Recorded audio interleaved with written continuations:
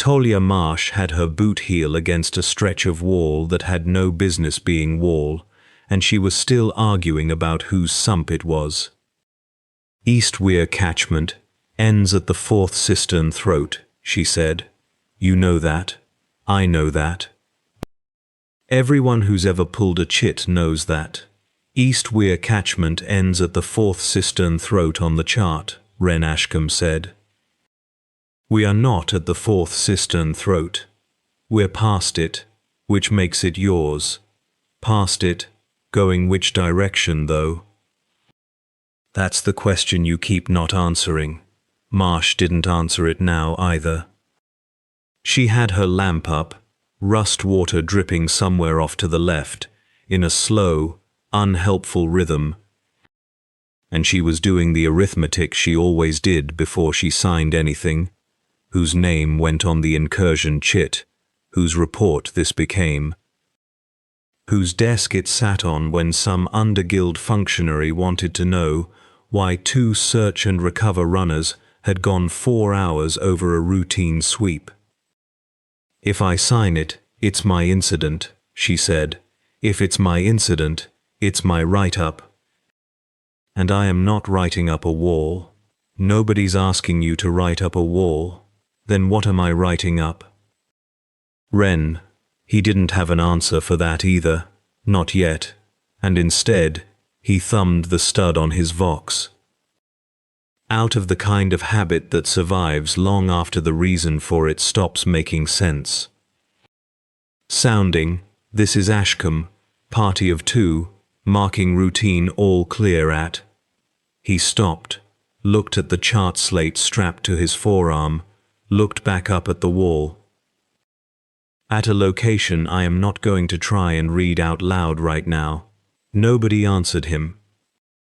Nobody had been answering the Vox for the better part of an hour, which neither of them had said out loud yet. Because saying it out loud made it a fact instead of a coincidence. That's not routine all clear, Marsh said. That's you talking to yourself. It's protocol. It's protocol for when there's someone at the other end of it.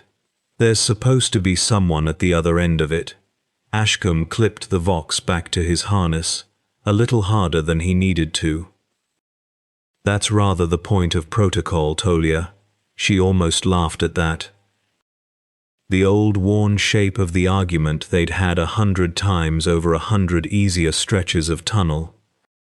Him with his forms and his call signs. Her with the sour practical instinct that had kept her alive 14 years down here. And for a moment it was almost comfortable, 2 people bickering over paperwork the way people did when the actual danger was somewhere else, past, elsewhere. Somebody else's problem. Then she looked at where they were actually standing, properly looked, and the comfortable feeling went out of her like water down a broken seal. The passage they'd followed in ran straight for 30 meters, and then simply stopped being a passage. Not a fall of stone, not a collapse, nothing that explained itself. The rock ahead of them was unbroken, and old and cold, in a way that felt less like temperature and more like absence. And it did not care in the slightest what sector anybody thought it belonged to. Ren, I see it. That's not East Weir catchment. I know it's not East Weir catchment. He had his own lamp on it now too. Both sodium beams crossing over the dead rock face, throwing their shadows long and doubled behind them. I don't know what it is. Well, somebody came this far, Marsh said, and gestured, not quite steady. At the ground a few feet ahead of the both of them, where something pale lay coiled against the stone, like it had been dropped rather than left. Ashcombe's light found it before she finished pointing. That yours to sign then, he said, very quietly, all the needling gone clean out of his voice, or mine. Marsh didn't answer. She was already crouching down toward it, and the argument about sectors, about whose report this was going to be, about who owned the ugly business of writing it up. All of it had gone thin and stupid and very far away. The way an argument does the instant both people realize, at the same moment, that they are no longer arguing about the thing they thought they were arguing about. The dead end had a shape to it, at least, a proper stop instead of just more tunnel. And Marsh was almost grateful for that, until she saw what was lying at her feet. Ren. She crouched. The guide rope sat in a loose coil against the rock, and when she lifted it, the two ends didn't meet. Snapped, not cut. The fibers at the break were splayed out like something had pulled it apart, rather than sliced it. "That's not frayed," Ashcombe said, crouching beside her. "Frayed looks different. I know what frayed looks like." She turned the coil over. The knot at the near end was still tight, still holding its shape around nothing. A double bowline with the tail tucked back through twice, more knot than the job needed. This is Oskuld's knot. He ties everything like it's got to survive a habfire. How do you know it's his and not hers? Because the girls knew, and nobody ties like this on their second descent. Marsh set it down like it might still be attached to something. "Anyway, I've seen his work. He redid a splice for me on the weir line 2 years back." Same fussy tuck. Ashcombe wasn't listening anymore. He'd moved to the wall, Vox still clipped uselessly to his shoulder, and he had 2 fingers pressed against a line of chalk that ran waist-high along the rock. "Marsh." She came over. The chalk line was confident, a good hand, tally strokes at even intervals, the kind of mark a diver made without thinking twice, just a habit of the rope work. It ran a good 4 meters, then it stopped, not trailed off, not smudged out. Stopped, mid-stroke, the last mark thinner at the top than a finished stroke should be, as if the hand had lifted straight up off the wall and never come back down. "Somebody grabbed her," Ashcombe said, and then looked like he wished he hadn't said it out loud. "You don't know that. Look at it.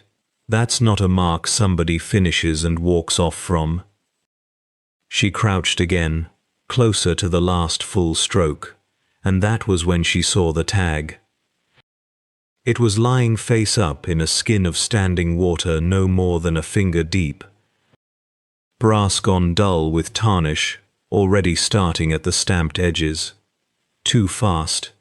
That tarnish, faster than a few hours should account for down here. "I can see that. Whose sector did you say the roster had for this descent?" "I didn't." She picked it up. "KV, 2 letters, deep cut, overcut really, gone at with a punch a few more times than it needed."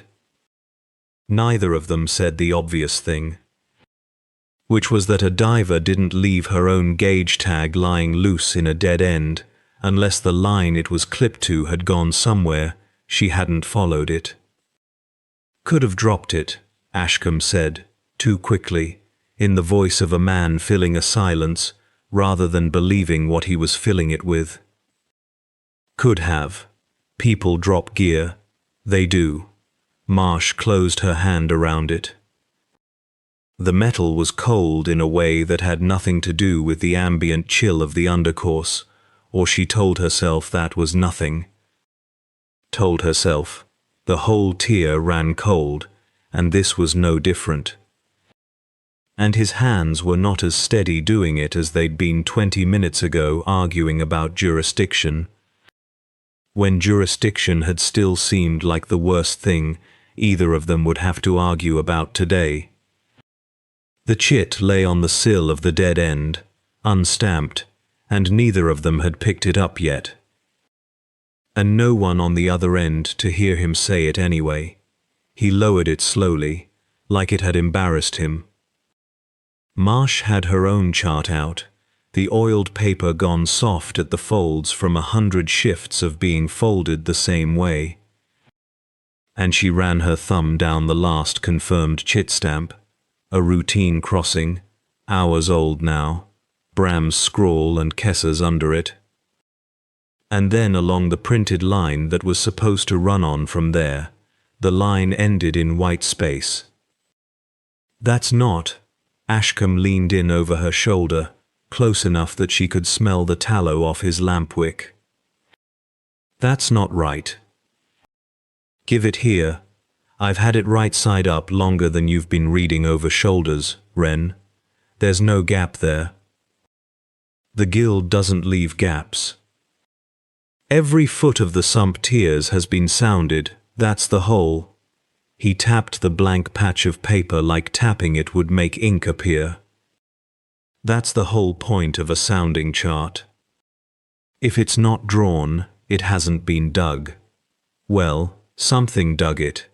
Then it's a new working. Mining crew, maybe, unlogged. Through solid rock, with no spoil, no shoring, no marks anywhere, but a busted rope and a chalk line that just stops. Marsh folded the chart along its old crease, harder than she needed to.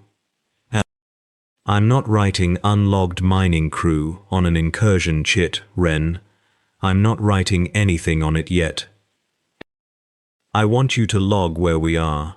I don't have coordinates for where we are. That's what I'm telling you.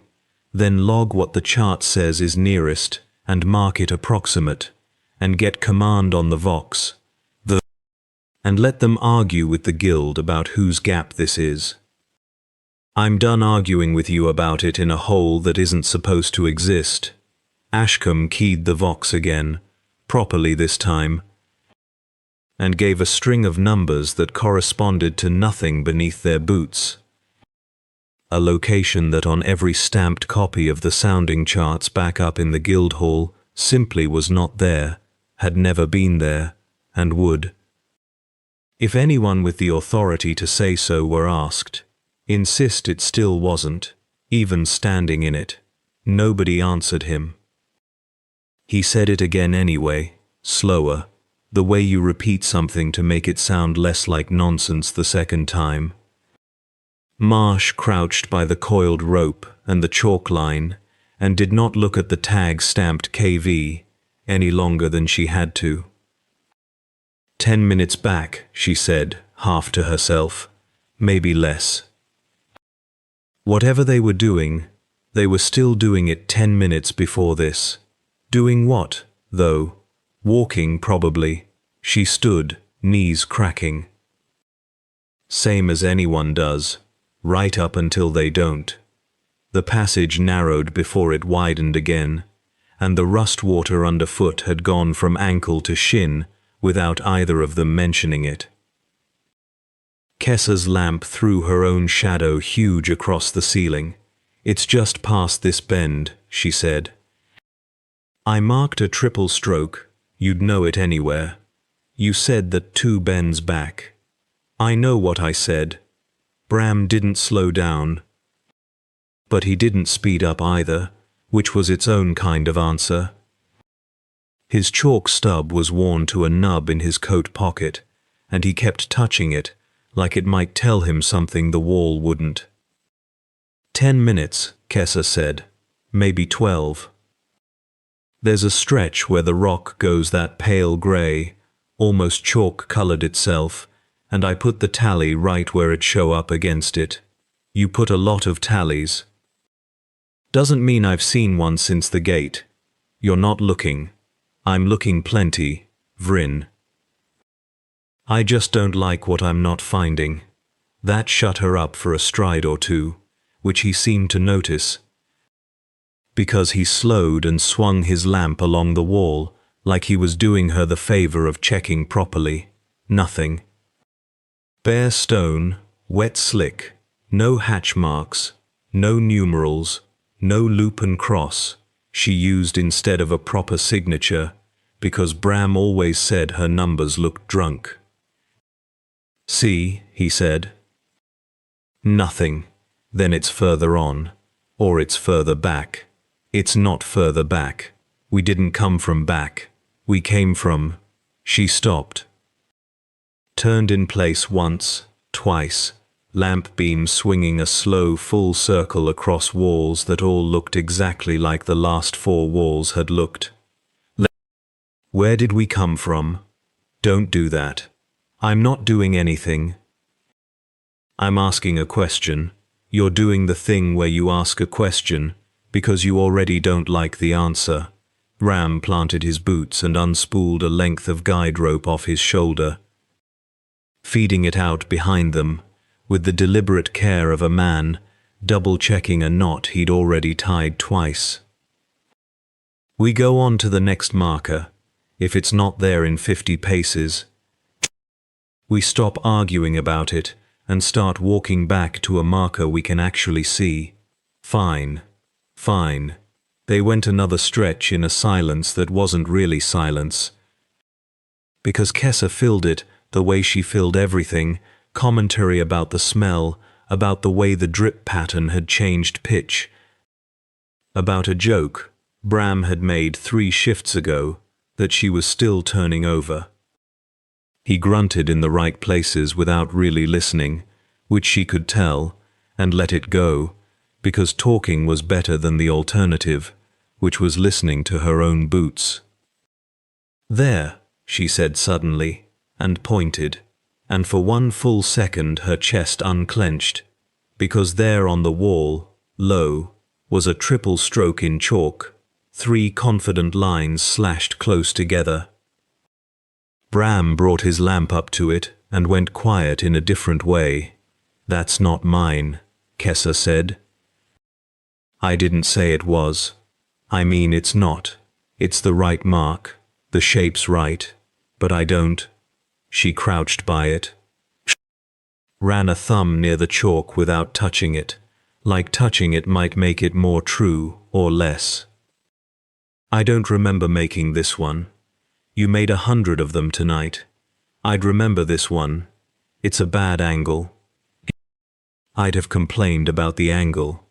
Bram didn't answer that, which was worse than if he'd needled her about it, which he would have any other time, some line about how she complained about everything, so how would anyone know? Instead, he crouched next to her and looked at the mark like it had said something to him he didn't care for. "Maybe you were tired," he said finally. "Maybe you did it and didn't clock it. Happens. Does it happen to you? Everything happens to me. I'm ancient." He straightened, rolled his shoulders, made his voice come out lighter than his face looked. "Come on. Chart says the tunnel splits ahead somewhere. We find the split. We find our bearings. We stop standing around chewing on chalk marks like a pair of tempestuous recruits. The chart doesn't say the tunnel splits here. The chart doesn't say this tunnel at all, Bram."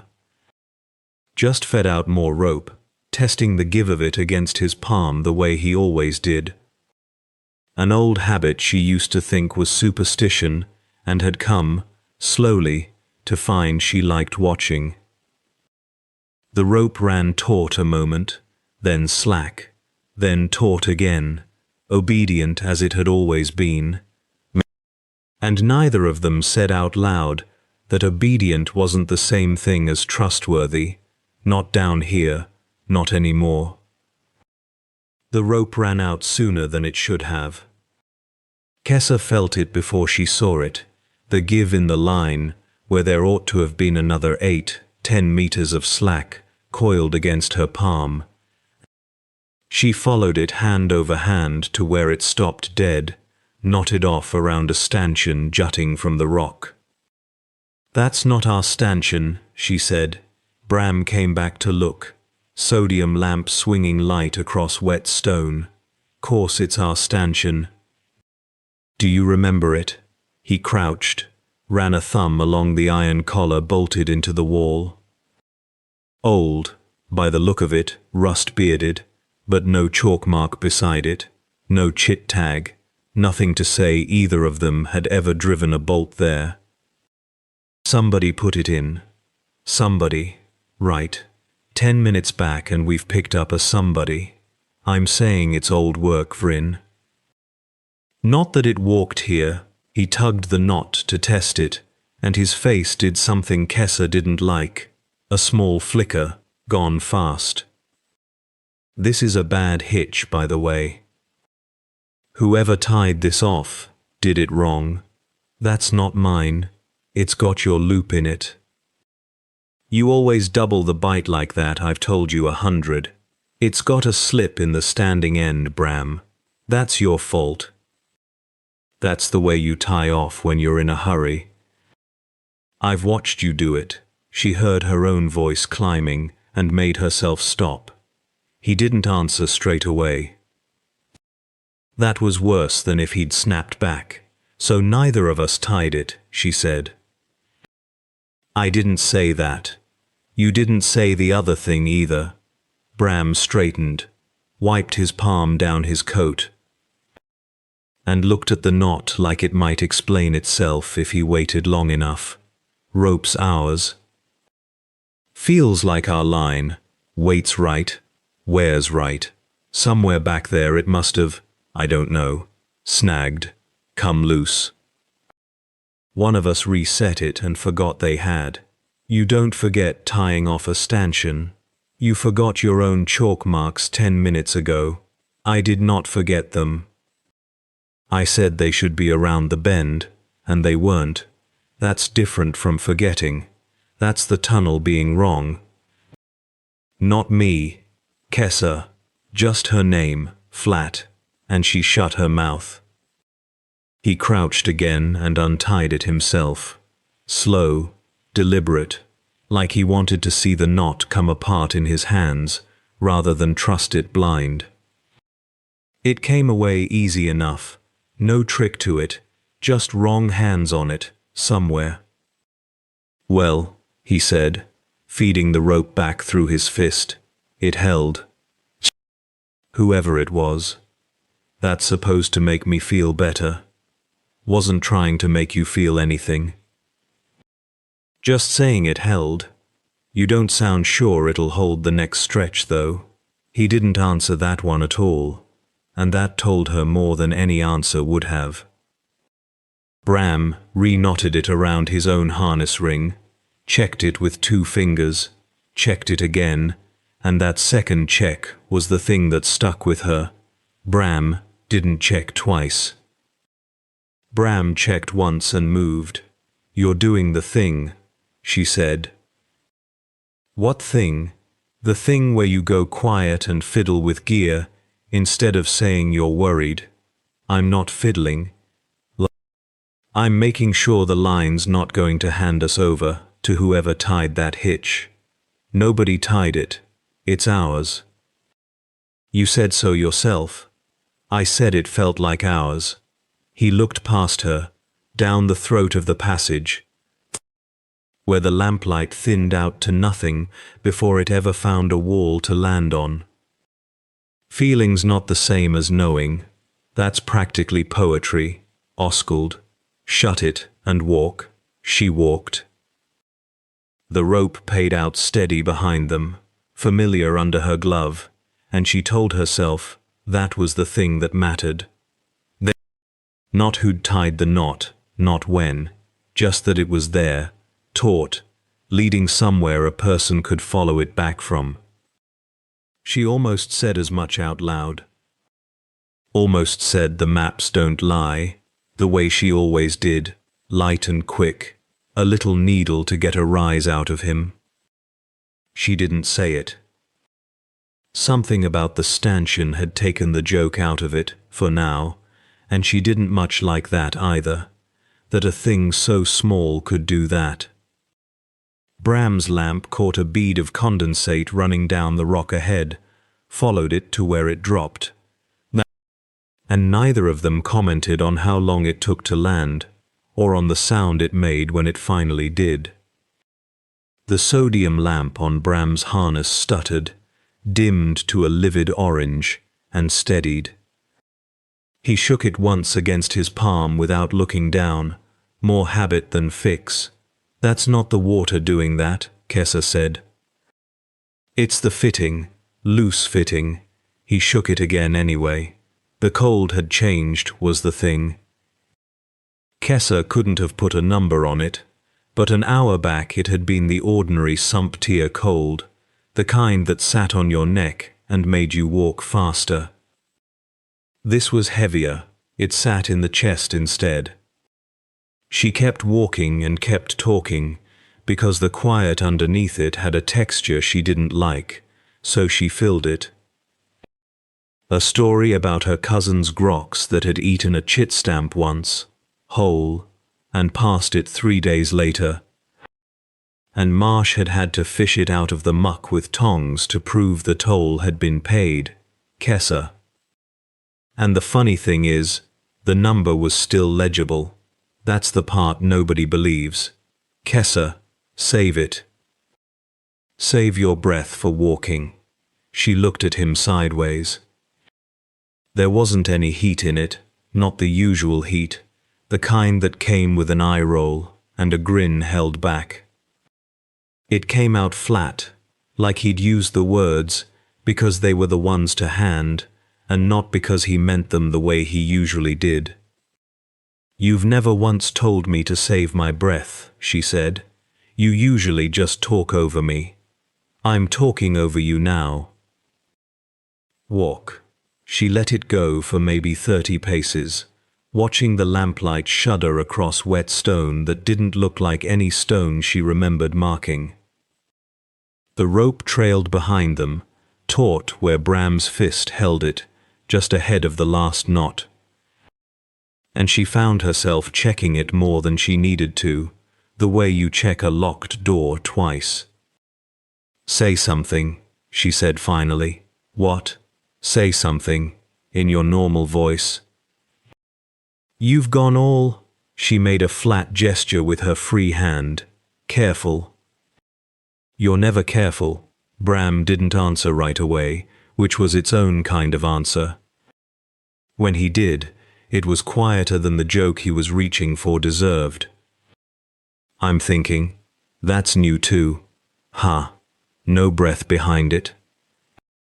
He stopped at a place where the tunnel folded left, held the lamp up, turned slowly with it, so the light dragged long shadows off a lip of rock jutting from the ceiling. "There's a junction here. There's always a junction. That's what tunnels do. This one's not chalked." He said it like it cost him something to say plainly. Kessa came up beside him, close enough to feel the cold coming off the wall, rather than just the air, which struck her as wrong in a way she didn't examine. "So we chalk it."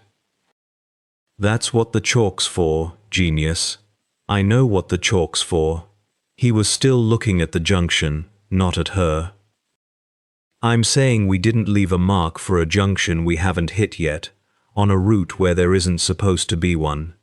Maybe the chart's not that detailed. Charts skip little bends all the time. You've said so yourself. You said it to me on my first week. You said don't panic every time the wall doesn't match the ink. I know what I said. Sharp now." And then he seemed to hear how sharp, and softened it without quite managing to make it sound easy. "I know what I said." She reached out and set 2 fingers against the cold rock beside his lamp. Not for any reason except that touching something solid felt better than not touching anything. And the surface was slick under her glove, in a way that made her want to wipe her hand on her coat and not think about why. "We're fine," she said. "We chalk the junction, we note it. We keep going till we hit the last gate we know for certain. And if the guild's got a hole in their charts, that's their problem, not ours." Bram didn't say the maps don't lie. She noticed that. the shape of the silence where the line should have gone, more than she noticed almost anything else down there. He just nodded, once, and reached for the chalk himself, instead of waiting for her to draw it. Bram spread the sounding chart against the stone with the flat of his hand, smoothing the damp out of the vellum like that might fix something. His thumbnail found the spot he wanted, and pressed there. "Right here," he said. "Wardgate. Arch. Lintel. The lot." Guild ink, not pencil. Somebody signed off on this. Kessa held the sodium lamp up so it threw more light than shadow, which felt, for a second, like the useful thing to do. The wall in front of them didn't have an arch. It didn't have a seam where an arch might once have been cut and mortared shut either. It was just rock, wet black, unbroken, the kind of surface that had never known a chisel. "Maybe it's the next bit along," she said. "Chart's not exactly to scale, is it?" "Everyone knows that. It's to scale enough that I can put my thumb on a gate and expect a gate." He didn't look up from the vellum. "Not a suggestion of one, not a gate-shaped feeling. So the wall's wrong. The wall," Bram said, "doesn't get to be wrong. The wall was here before the guild ever drew a line on paper about it." Kessa laughed at that. Quick, too quick. The kind of laugh that used up more air than the joke deserved. "So the chart's wrong then." Bold claim for a woman with chalk in her pocket, but I'll allow it. Nobody's allowing anything. "I'm saying," he stopped, ran his palm along the stone, the way you'd check a wall for warmth that wasn't there. "I'm saying give me a minute." She gave him more than a minute. She used it to walk her fingers back along the guide rope, where it fed out behind them, coil after coil, still slack in her grip, still whole. Her last chalk mark sat maybe 8 strides back, a fat, confident stroke with her loop under it, drawn not 10 minutes ago with her tongue between her teeth, the way Bram always mocked. It looked fine. It looked like a mark somebody had made, because they knew exactly where they were. "Maps don't lie," she said, mostly to fill the quiet, the way she filled every quiet. "That's the whole job, isn't it? That's the entire point of the sounding guild existing. So some poor cow doesn't have to feel her way through the dark with her hands out like whatever gropes about down here that isn't us." Bram didn't answer that. He folded the chart along its crease, unfolded it again, like refolding it might change the ink. "Bram, I heard you. You're supposed to say it back. That's how the joke works. It's not a joke, Kessa. It's a wall." He said it flat, no needle in it at all. And that was worse than if he'd snapped at her. He tapped the chart one more time, tapped the stone once, like comparing two things that ought to match and didn't. "Chart says arch. Arch means cut stone, means a keystone, means a chit slot cut into the jamb for the ward tally. I've walked 40 of these. I know what one looks like when it isn't there anymore. This isn't one that isn't there anymore. This is one that was never there. That can't be a thing that happens." Kessa's voice climbed half a register before she wrestled it back down. "The guild's charts are the whole. You can't have a gate the tunnels never had. Somebody would have noticed. Somebody draws these things, Bram. Some poor sod goes down here with a lamp and a rule and writes it all down. They don't just invent an arch out of nothing. I know that. So I don't have an answer for you. I've got a chart that says one thing and a wall that says another, and one of them is stone, and one of them is paper. And I know which one I trust when they disagree." He said it like a rule he'd only just discovered he believed. Kessa reached out and laid her own palm flat against the rock, next to his. Cold, the ordinary cold, nothing about it that should have made her stomach drop the way it did. She took her chalk out of her belt pouch anyway, because that was what her hands did when the rest of her didn't know what to do. And she started a new mark on the stone beside where the arch should have opened, a small one, a marker, nothing final. "Maps don't lie," she said again, quieter this time, without the laugh in it. Bram folded the sounding chart back into its oilcloth and didn't say it back. He looked at the wall a while longer, and then past it, down the black throat of the tunnel that curved off where no ward gate had ever stood to guard it, and his jaw worked like he was chewing on a decision he didn't want to be the one to make. The chalk mark on the wall between them had run out 3 strokes ago, and Bram was still staring at where the arch wasn't. "Right," he said. "We go back. Last gate. We sit down. We start writing." "Writing what?" "Dear Guild, your wall is wrong. Writing that we hit a dead stop and we're not climbing through solid rock to make your chart happy." He folded the sounding chart along its crease, hard, like it had personally offended him. Kessa looked past him, down where the passage kept going regardless of what the ink said. "There's a junction like 40 feet on. I saw it when the lamp swung. So maybe the gates just moved down the tunnel a stretch. Wards drift, don't they, with the water table? The whole weir's always shifting." "Wards don't drift, Kessa. They're cut into rock. That's the entire point of them being wards." "Fine. Then the chart's off by 40 feet. Which is a much smaller thing to be wrong about than there was never a gate here at all." She said it fast, the way she said everything when she wanted it to sound more certain than it was. "One more junction. If it's not there, we turn round, and I'll carry your report kit myself." Bram didn't answer straight away. He looked at the chalk line she'd drawn, the tidy loop of her numeral 6, and then at the black mouth of the tunnel, going on past where nothing should be going on. 40 feet, he said. 40 feet, and if it's not there, then it's not there, and we go back and you get to say, "I told you so," in front of Marsh. Which I know is half the reason you're arguing with me right now. That got something out of him, not quite a laugh.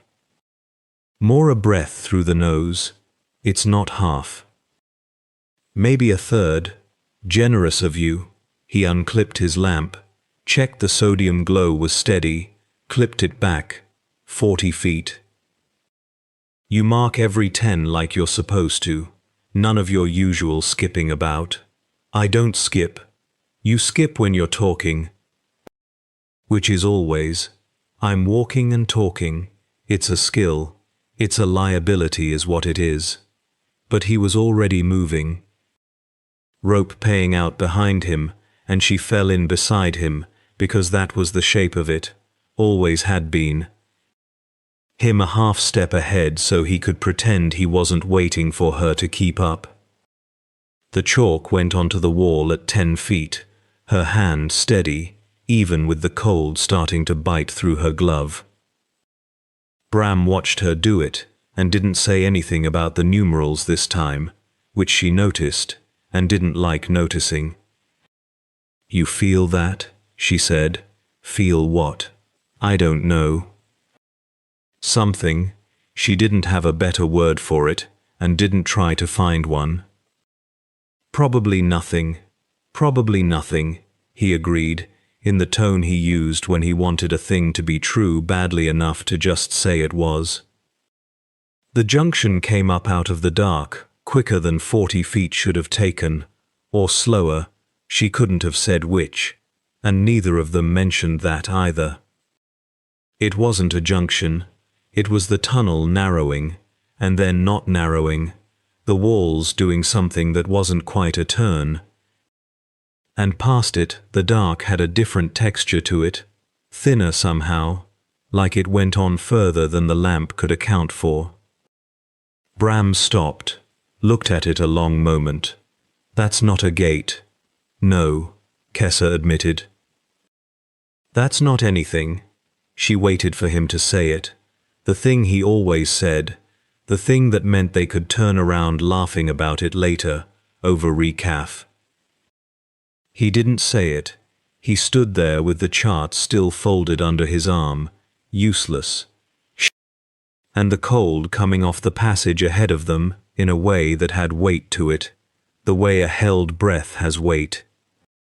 So we turn back, she said, quieter now, some of the fight gone out of it. We turn back, he said. But he didn't move yet, and she didn't either, both of them looking at the place where a wall should have been and wasn't. Where a whole cut length of ward stone should have stood between them and whatever this was, and hadn't, not for a long time, maybe not ever. Bram, I heard you the first time. He shouldered past her, back the way they'd come, rope trailing loose in his fist. And stopped dead after 3 steps, staring at the wall where her last chalk mark should have been. They stepped where the arch should have been, and there was nothing to step through, just more tunnel, the same rust-water dark, only colder, the kind of cold that got into the wet parts of a throat. That's not. Kessa stopped walking. Well, there should have been a lip, a step down at least. The arch always has a step down. There's no arch. Bram's lamp swung a slow arc across bare stone. No seam.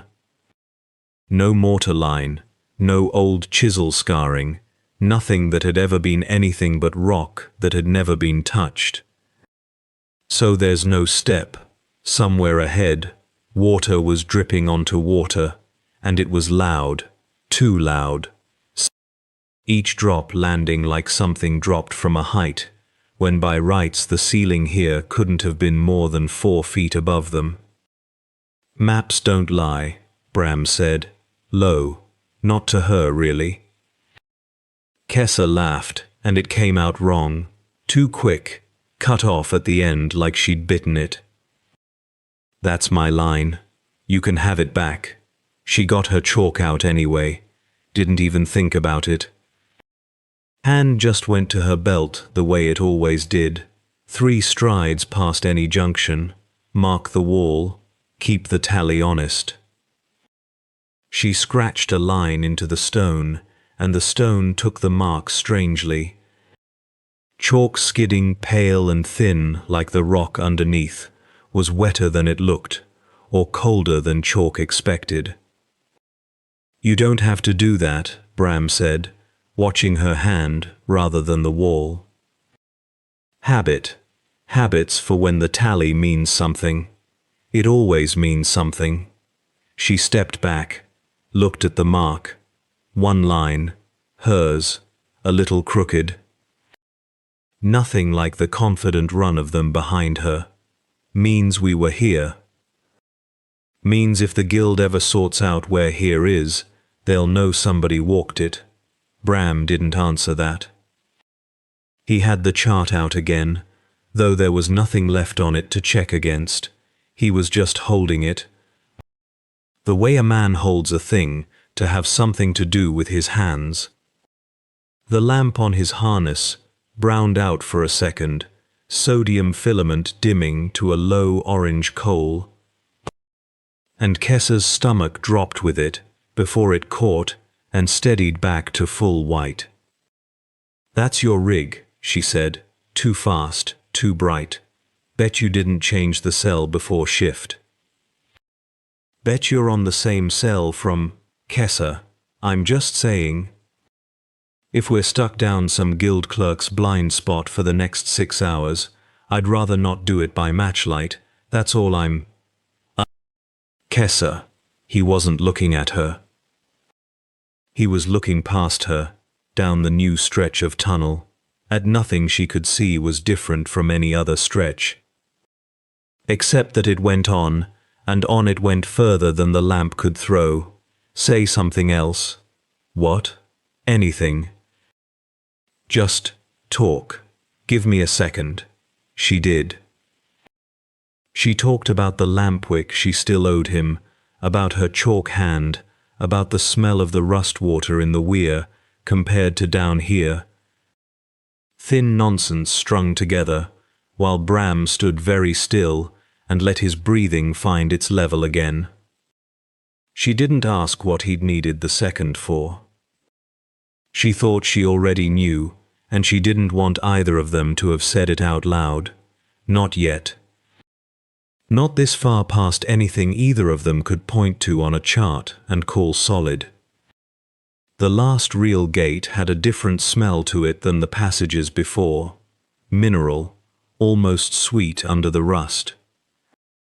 And Kessa was still trying to place it when Bram grabbed her wrist and turned it so the gauge caught the lamp. Read it again. I already read it. Read it again. Because what you just told me is a lie the brass is telling you.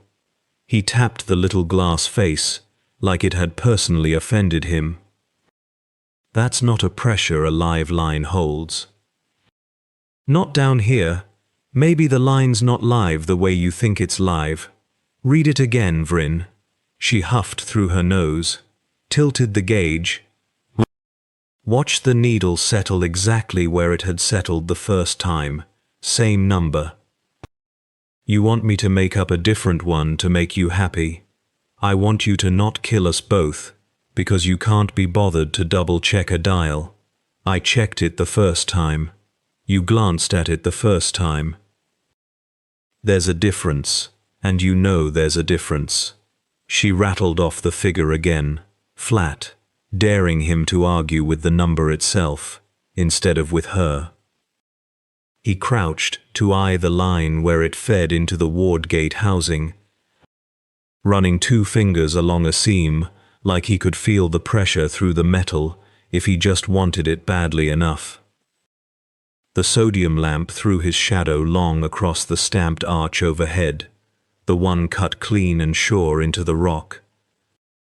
The one that matched the ink on the chart folded in his coat. It's within spec, she said.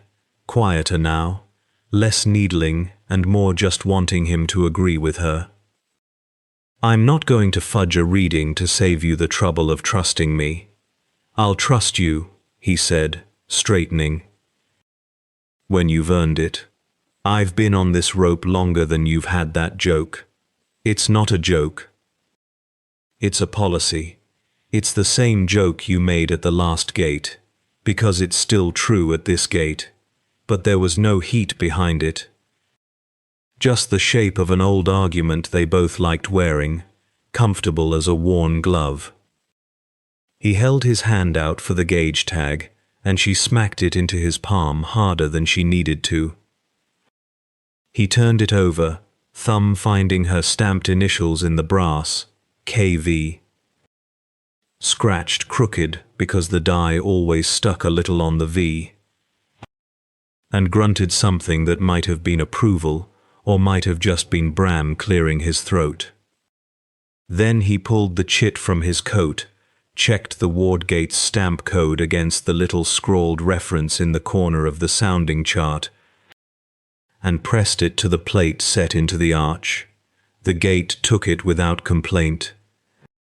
No grinding hesitation, no argument from the mechanism. Just the dull chunk of tumblers falling into a pattern they'd fallen into 1,000 times before, and the soft hydraulic sigh of the ward easing back into the wall to let them through. Green light, once, along the seam, unremarkable, the most ordinary thing that had happened to either of them all shift. There, Bram said, tucking the chit away. Was that so hard? You made me read a dial twice. I made you read it right twice. He clapped her once on the shoulder. More affection in it than the gesture let on, and started forward through the open arch into the tunnel beyond. Lamp swinging a wedge of light across walls that still, here, looked exactly like the walls on the chart said they should. Chalk the frame before we go. Guild likes to see it logged even when the chit clears clean. I know the procedure, Bram. I know you know it. I like watching you grumble about it. She was already crouching at the base of the arch, chalk out. Scratching her looping little numerals into the stone, the ward gate number, the hour, her initials underneath his, the way they always marked a clean passage. Behind her the gate stood open and honest, and exactly where the ink said it would be, and neither of them looked back at it twice. Because there was, as far as either of them could tell, nothing yet worth looking back at. The chalkwork had already turned into an argument by the time they hit the marker at 10 past on Bram's gauge. Kessa crouched at the wall, sketching her numerals in loops, fat enough to read from 3 feet back. That's not a 4, Bram said. That's a, what is that? A snake having a fit. It's a 4 with style. Kessa blew chalk dust off her thumb. Some of us were taught penmanship. Some of you were taught by a grox with a stick. He crouched next to her, tapped the mark with one knuckle. A blind grox, in the dark. With the runs. You're just jealous because your hand looks like you wrote it with your teeth. My hand is functional. Your hand looks like a spider fell in an inkwell and then had a seizure crossing the page. She capped the chalk, tucked it into her belt loop where it always rode, worn smooth on one corner from her thumb. At least mine's got personality. Personality's not what I need when I'm reading it back at speed, with water coming up my boots. Bram straightened, rolling his shoulders against the strap of his kit. I need to know it's a 4 and not a 9, having an argument with itself. You've never once misread one of my marks. I've never once trusted one of your marks. Different thing. But he said it easy, already turning to check the guide rope where it ran taut behind them. Thumbing the knot at the eyelet without really looking at it, the way he checked everything. Automatic, unbothered. Your knots, though, Kessa said, are the one thing about you that's actually neat. It's a mystery. Chicken scratch handwriting, and knots like you trained under a rigger priest. Rope's not decorative. Rope's the difference between walking home and being a story somebody tells at the toll gate. He gave the knot one more tug, satisfied, and started walking. Boots, finding the dry stone out of habit. Handwriting's just handwriting. Handwriting's how the next poor sod reading your marks knows where you've been. That's not nothing. The next poor sod reading my marks will have my voice in his ear, on the vox, half the time anyway. So he won't need to squint at chalk like it's scripture. Vox cuts out down here. You know that. She caught him up, matched his stride, the lamp on her own harness throwing her shadow long and doubled against the wet stone. One day, it's going to be just the marks and nothing else. And you're going to wish you'd practiced your numerals instead of your knots. One day, Bram said. You're going to wish you'd stopped talking long enough to watch your footing and nudged her half a step sideways around a slick patch she hadn't clocked yet. Not breaking stride to do it, like it cost him nothing. She laughed, short and easy, still riding the good mood from the gate behind them. From the chit going through clean, and Bram's grudging almost smile when her gauge reading held up the second time. It felt, right then, like the kind of shift where nothing needed watching too closely. Chalk marks a little untidy, knots a little too neat. Both of them bickering out of habit rather than need, the tunnel ahead still exactly the shape the chart said it would be. "Admit it," she said. "You like my fours. I tolerate your fours. That's practically a love letter, coming from you. Don't let it go to your head. Your head's crowded enough with whatever's in there instead of proper numerals." But he was almost smiling again when he said it. The lamplight catching the corner of his mouth before he turned it back toward the dark ahead, unhurried. The two of them still a good long way from anything worth being careful about. The lampwick fight started before Kessa even had her chit stamped for the shift. "You still owe me one," Bram said, not looking up from the gear rack. "Last descent, my spare wick. Never came back. I gave that back. You didn't. I put it on your hook myself. You put a burnt stub on my hook and called it a wick." He finally looked at her. Deadpan. "I'm not stupid, Vryn. I can tell the difference between fuel and ash. It still had life in it. It had nothing in it. It had memories of light." He shouldered his kit. "You owe me a wick and an apology, in that order." She protested loud enough that two other underrunners glanced over from the board, which was exactly the reaction that told Bram he'd won. And he let the subject drop with the particular satisfaction of a man who never really needed to win, just needed her flustered. The roster board had their route chalked up in the shiftmaster's cramped hand, Weir cistern under, low traffic, and beside it, in someone's private shorthand, a little tick that meant easy. Bram tapped the tick with one knuckle, pleased in the quiet way he only let himself be pleased. "Look at that," he said, "a gentle one. Don't jinx it." "I'm not jinxing anything. I'm reading. That's what the tick means. Somebody walked it last week and didn't die. That's a low bar. It's the only bar that matters down here." He rolled his shoulders, working some ache out of them before they even started, already thinking ahead the way he always did. "We're up top by second bell. I might even see the sun before it's decent to call it night. You hate the sun. I hate the sun's opinion of me." Not the same thing. He hooked his lamp to his harness, checked the sodium cage out of pure habit, snapped it shut. "You bring the good chalk this time, or the guild issue rubbish that snaps if you look at it wrong." "I brought both." "Course you did. You never let me just answer a question. You never just answer a question. You answer it 3 ways and then ask me one back. But there was no heat in it.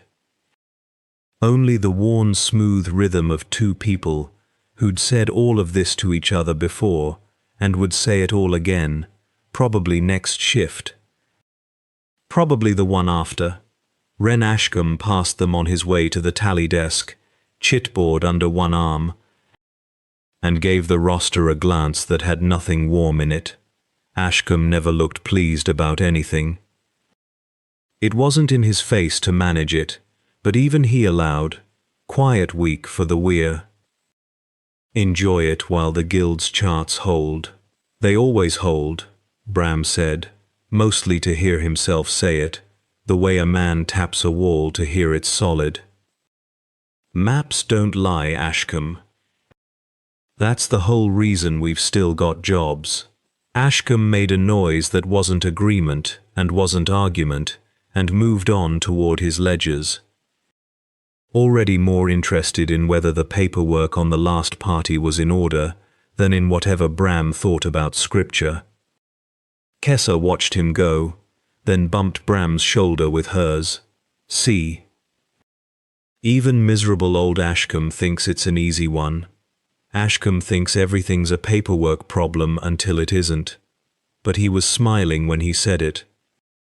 The small, private kind he only let out when nobody senior was watching.